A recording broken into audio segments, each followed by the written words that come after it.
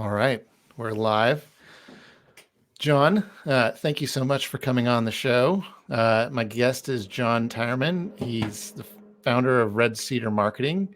And today we're going to talk a little bit about podcasting and kind of how that can help professional services or agencies in this case with their marketing strategy. So, John, thanks for coming on the show. David, I am happy to be here. Thanks for having me. Awesome. Well, I wanted to kick it off by just asking you to start by sharing a story about like some professional services firm or an agency that you've worked with that's really kind of transformed their marketing approach with podcasting. Sure. Well, I've been in the agency world for over 10 years now. I started off at an agency called Hinge Marketing, which is an agency for branding and branding and marketing for professional services firms. And I kind of worked my way up the agency there, and I ended up launching a podcast for that agency called The Visible Expert. And the show's premise was about profiling individual subject matter experts within professional services industries like accounting and architecture and engineering, and kind of cataloging the path that they took to becoming a well-known expert or a visible expert in their industry. And that podcast, it really worked. It did very well. And what it did was it showed, that was my first podcast that I ever launched. And it kind of introduced me to the world of podcasting and how that content format can have an impact beyond just the conversations that you have, but then how that source of content can be used for other things like fueling your blog and fueling your social media calendars. So that was really like my first foray into podcasting. And then I went to another agency called Silverback Strategies, and they're out of Washington, D.C. They're a performance marketing agency. And I think, coming with my podcasting experience, one thing that we did, or that I recommended we do, was to launch a podcast for the agency there as well. And that podcast was a little different because at the onset, the goal was to humanize the brand. What we wanted to do is we wanted to highlight individual subject matter experts within the agency to build their personal brands, to showcase their expertise, to show the human element of the agency. Because at the time, we were in the middle of the COVID-19 pandemic. Everyone was working from home. Everyone was kind of behind their computers. And so we also wanted to use that as a way to engage the employee base. Yeah. So those are kind of two examples. I'm happy to dig into either one if you want a little bit more kind of story or meat behind it. Yeah. I mean, I guess one question I had related to that is, Sure. you mentioned that they were slightly different. Maybe that highlights that there can be different ways that you approach a podcast. Mm-hmm. Does it make a difference when it comes to like being able to repurpose it for other content that, which way you approach it with in the beginning? Well, the one thing that I found is that second show for Silverback, we called it the Digital Marketing Troupe. And that podcast evolved significantly over the time that we ran the show. We started off by interviewing internal subject matter experts, like I mentioned, and that was great, and that helped us grow the show. But we got to a point where we decided, okay, let's shift the strategy a little bit, and let's invite on other subject matter experts. Let's interview them, external guests, and that worked okay. But then we said, you know what, this still isn't right, and so we shifted it a little bit more. And we ended up pairing client points of contact with their account manager. And then essentially what I did was I was the host of the show, and I facilitated the conversation between our client point of contact and the account representative from the agency. And what that did was, sure, they shared stories of, campaigns they did and different content assets that they've launched. But it also showed the inner working relationship between the client and their point of contact at the agency. And it offered a window into what it was like to work with the agency. And so that was, it took us a while to get to that point. But when we figured that out, it was like, oh, this is great. And then we would use that with our sales team. We would, when talking with prospects, we'd say, you know what? You want to know what it's like to work with us? Here is a podcast conversation between a client and their account manager. And that really helped kind of enable those conversations on the sales front as well. Yeah. It's almost like a podcast case study in some Yeah. ways, right? Yeah. That's one use case for a podcast for sure. Yeah. I mean, I could see it because you have the client actually on the call, and they're, Mhm. you're talking through different aspects of what you actually did and how it performed. That's great. Well, I guess related to that, can you talk about any like particularly successful podcast episodes, or maybe the podcast as a whole, that you've like been involved with? Sure. Going back to the visible expert, I had the pleasure of interviewing Rand Fishkin on that podcast. So that was really cool because he was someone that I've looked up to kind of coming up the ranks of marketing, and then learning about SEO. So that was really cool to be able to interview somebody who you view as like a true expert in the space. And then on the digital marketing troop, I interviewed Caitlin Burgoyne, and that was just an awesome interview on a couple different levels. Number one, I think she is at the time she was a very kind of like aspiring, like she was like rising the ranks very fast. Today, she's extremely well known.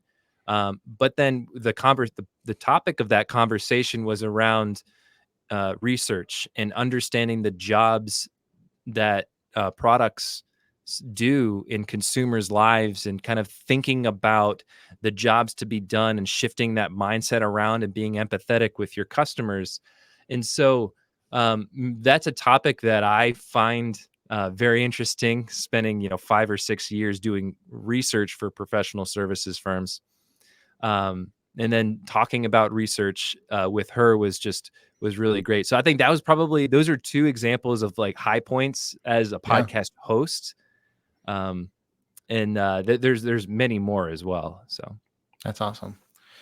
Well, can you talk about maybe any ways that you've encountered like some innovative ways that people have used podcasts to engage with their audience?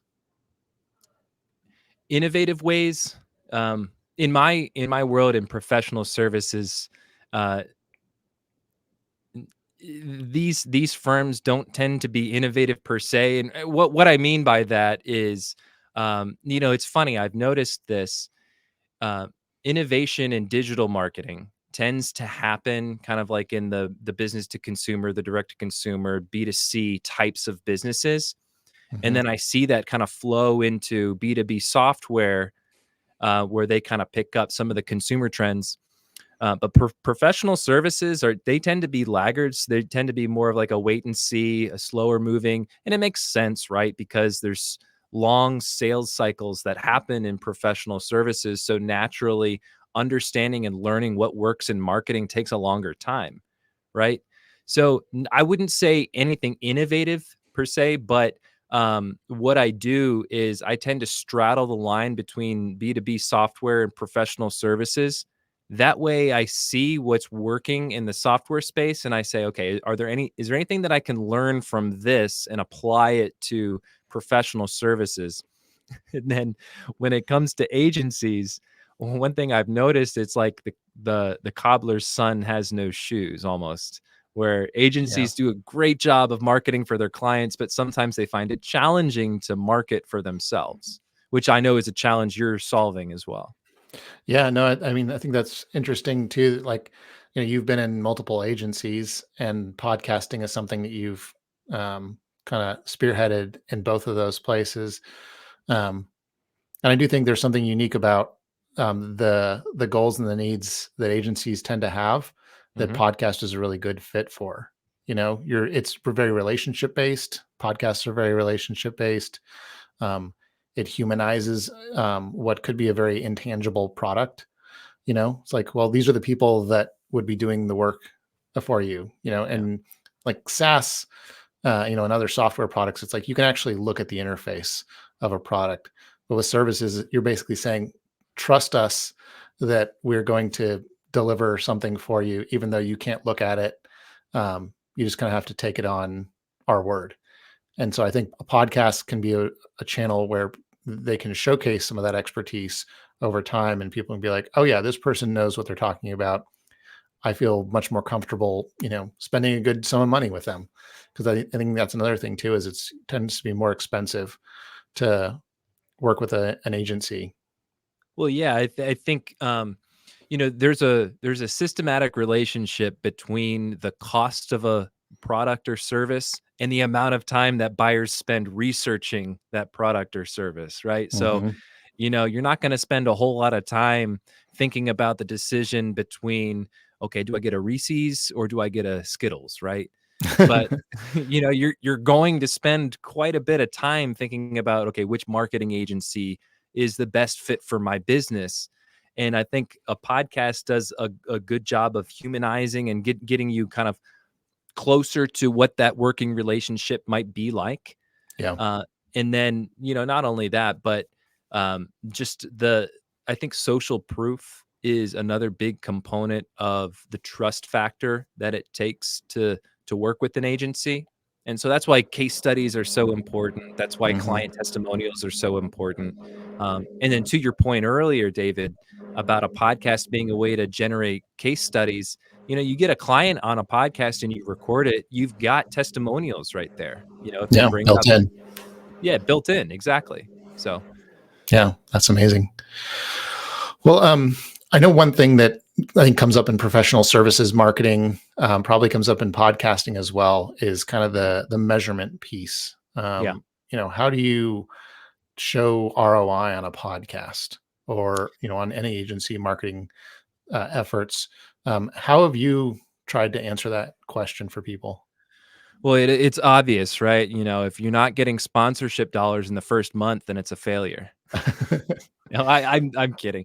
I recommend that any business that invests in podcast as a channel to measure it in stages. And what I mean by that is when you're first launching a podcast, you're likely going out, and if it's an interview based show, let's just use that as an example. Hmm.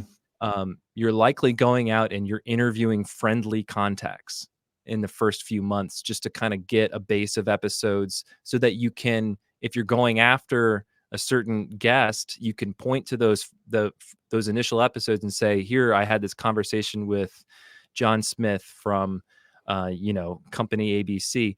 And what that does is it shows you, number one, that you're legit, like you've got a podcast, that you have published episodes. It's not, something behind, it's not smoke and mirrors. Yeah. Um, so so that's this kind of the scenario of most podcasts when they first launch.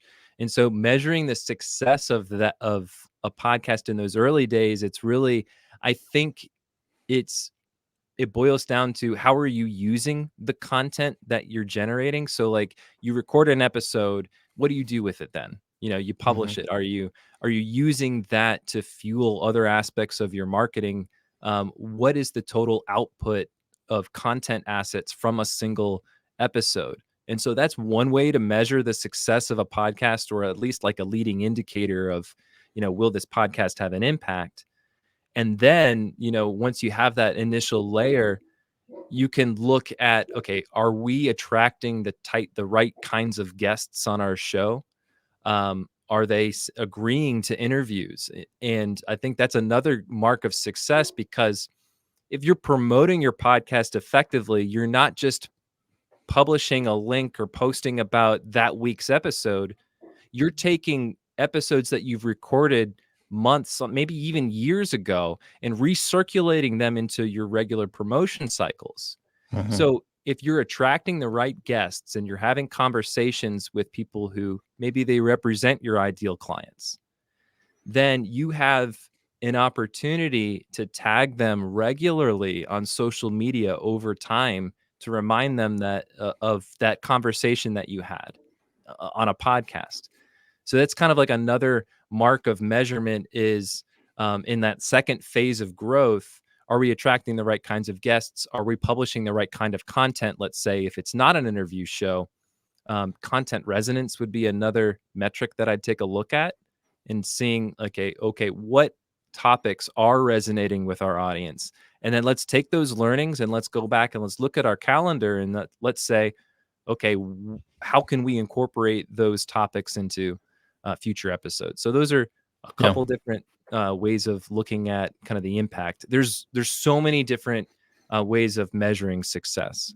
Gotcha. When you said content resonance, how would you go about, I guess, was that be like an engagement sort of thing? Like you'd see, oh, we got a lot more engagement when we shared a clip from that podcast, or are you looking at something more on the podcast metrics to be like, oh, we saw an uptick in subscribers related to that or something?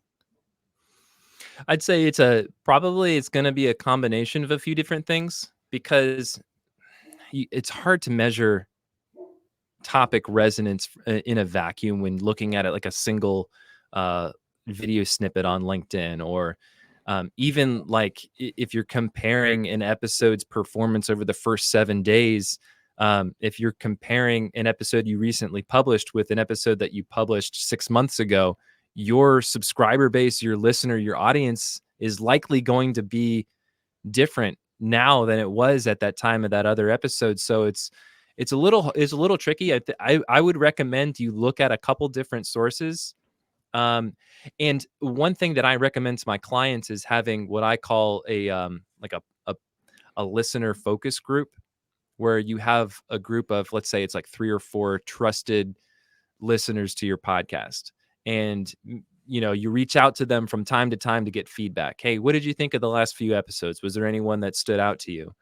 And then that qualitative feedback can help bring context to some of the metrics that you're looking at on social media or some of the hosting platforms that you use. Okay, that makes sense. Well, maybe let's shift it to kind of some of the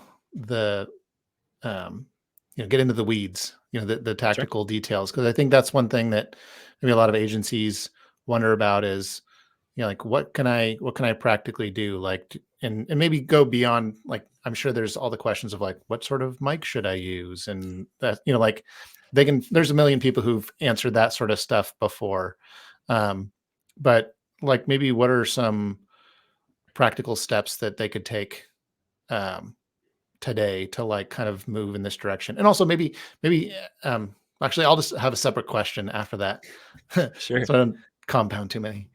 No. Yeah, totally get it. Well, I would say that if people who are stuck with the hardware question, what mic should I use? What headphones should I get? Um, you're putting up artificial barriers to start.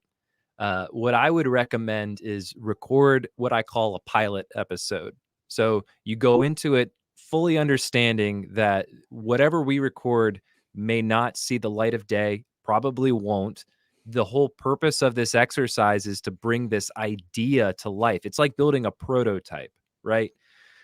This can be done with your phone. You've got a notes app, sit down in a conference room across from a colleague and then just press record on your phone and then create an MP3 file.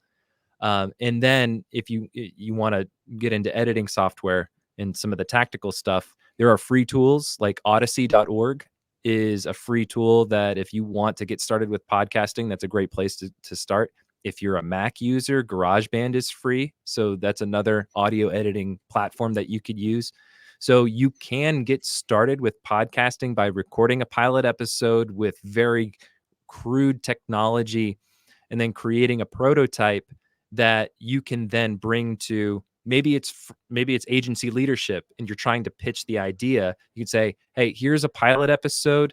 Listen to it. Let me know what you think. This is what we're thinking about how the show is going to be structured. Would love your feedback. And what I've found is that pilot episode connects the dots for leadership and they say, oh, okay, I get it now. Now I understand why we should invest in this because it's going to humanize the brand. I can actually hear your voice. It's going to show the people behind the business. It's going to help our agency stand out from a sea of text content on LinkedIn and things like that. Yeah. No, that makes a lot of sense. And then the other question I was going to get into is, you've mentioned, and this is, I think, something you really do for clients is you take something that starts as a podcast, and then it's like, okay, well, how can we capitalize on this, maybe podcasting as the core channel, but then spinning that out into other stuff. Can you talk a little bit about maybe the benefits there, but also some of the process as well? Sure. Yeah. So, it's like almost every quarter, what I'll do is on LinkedIn, I'll post a poll, and it's something to the effect of, what's your preferred way to consume information? And, I've done this for years, and consistently every time there's always split results. It's always, watch a video is like 30%, read a blog is like 40%. And then the other 30 is listen to a podcast. So, you know, the one thing that I love about podcasts is you record one episode like we're doing right now, and then you can use tools like Whisper to go and upload an MP3 file, and it spits out a blog post, an email, show description. It spits out a whole bunch of different stuff that you can use for written content. Then you can use platforms like, I'm sure StreamYard has this ability, and Riverside does as well, where you can pull different video clips to use. And then obviously you've got the audio channel. People get podcasts directly to their phone via Apple and can stream it on Spotify. So a podcast gives you, from one single source, you get video, audio, and text-based content, so that when you're going to market, you are packaging up your perspective, your thought leadership, your expertise in a format that they prefer to consume. So it makes it easier for them. It makes the education process easier. It reduces the friction because, like we mentioned earlier, David, with high ticket services, you're going to do a lot of research. So you're going to want that process to be easy, and you're going to want the information in a way that you can consume. Yeah, absolutely. Well, this has been super helpful. I had another question in my mind, but I completely lost it. So, Oh, you wanted to dig into some of the tactical things. I'm happy to do that if you'd yeah, like. maybe you can unpack that a little bit more. Sure. Yeah. I'll speak for kind of myself and my workflows, because what I found is that every podcaster has a different workflow and something that works for them and their unique situation. And time management is critical, right? And so we need to leverage tools and technology and teammates to help us kind of build a show. So I use Riverside to record, and then I personally I find their video editor a bit limiting. And so what I'll do is I'll actually download the video clips from Riverside. I'll upload them to Descript, and I love Descript's video editing tool. It makes it super easy. And the long form podcasts, my long form podcasts will run, through the hosting platforms on Apple, Spotify. But then I'll take the video from the podcast recording, and I'll create what I like to call a highlight video, where, let's say it's a 30-minute conversation. I'll condense that down to like 10 or 15 minutes of some of the key points, and then I'll upload that to YouTube. But in doing that and creating that highlight video within Descript, it makes it super easy to pull clips from that with all of the same settings. So you've got some dynamic subtitles, and you can customize the subtitles. You can add watermark. You can put video or audio behind it. So you could take a licensed music from a platform like Soundstripe, for example, is a platform that you can use to get music that you can use on podcasts. And then really, like, that workflow works really well for me because it makes efficient use of my time. Right. Right. And so from there, I'm able to create a podcast episode, a highlight video, 3 video clips per episode. And then with a tool like Whisper, I can generate like the bones of a blog post. and then fill out those bones with quotes from the transcript. And so it becomes this like journalism style blog post that's very media rich, right? It has I embed the media player so people can listen to the episode. I'll put the highlight video in there so people can watch the conversation. I'll include images with block quotes on that blog post. So the blog post becomes this destination where people can read the content, they can watch the content, they can listen to the content all in one place. I like that. So it's kind of like it serves all three of those audiences all in one place. And Exactly. honestly, probably from an SEO standpoint, if people come there, there's really long time on site because people are engaging in with it in whatever format they prefer, which I know that's like an SEO, one of the many factors, but um, I know that SEO folks recommend having kind of rich media interactive stuff on your posts to keep time on site high. So that seems like it would Yeah. really do that well. I remembered my other question, and it's Excellent. actually kind of comes full circle a little bit. It's really, I think one of the things we touched on a little bit at the beginning was, there's podcasts where you're just talking from the agency or professional services organization, and then there's podcasts where you're maybe inviting a guest. Maybe it's somebody who's in your target market, that sort of thing. Um, I think I've talked with some folks who they go into podcasting thinking, oh, well, there's so many podcasts out there. Like, why are we going to do a podcast? Nobody's going to ever see it. And I mean, to my way of thinking, that might not be the goal. And so can you maybe talk about some of the different goals that an agency might be achieving or trying to achieve? Maybe why in one case they might be going for visibility, but in other cases maybe not.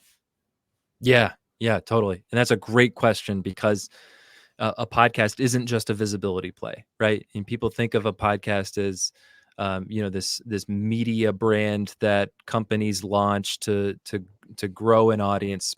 Well, that's one use case for a podcast, and sure, there are podcasts that generate sponsorship dollars for a firm or for your company, but that really doesn't make up the majority of podcasts and the goals that a lot of podcasts are trying to achieve. And so I'll give you a few examples. I interviewed Steve Cummins, who is the founder of Solent Strategies. He's a marketing agency, and he runs a podcast called The Marketing Mix. But before that, he was actually host of another podcast for an IT firm. And he shared this story with me of how he used the podcast as part of an account-based marketing strategy where he would go out, and let's use PayPal, for example. He would Mhm. go out and he would talk to CIOs about this term called network resiliency. And he was successful on getting those CIOs onto the show, and they had these conversations about network resiliency. Well, what happens is within the organization, all the people that are underneath the CIO, they go and they listen to the episode because they want to know what their boss is thinking about, right? Mhm. And then that kind of lays the groundwork for sales representatives to go out and talk to those people that are underneath the CIO and say, hey, we just had a conversation with your CIO, and they already, so there's you get these awareness points within an organization where you built familiarity through a podcast. So it's a way to get your foot in the door within a certain target account. Mhm. um, so that would be kind of like one goal of a podcast that isn't necessarily top of the funnel visibility per se, right? Um, I'll go back to my digital marketing troop example, the podcast that we hosted.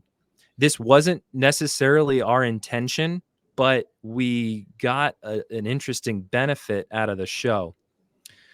We were interviewing internal subject matter experts, like I mentioned, trying Mhm. to highlight their expertise, try to build up their own personal brands. And what happened was we actually started getting senior level candidates who were applying for careers, for jobs.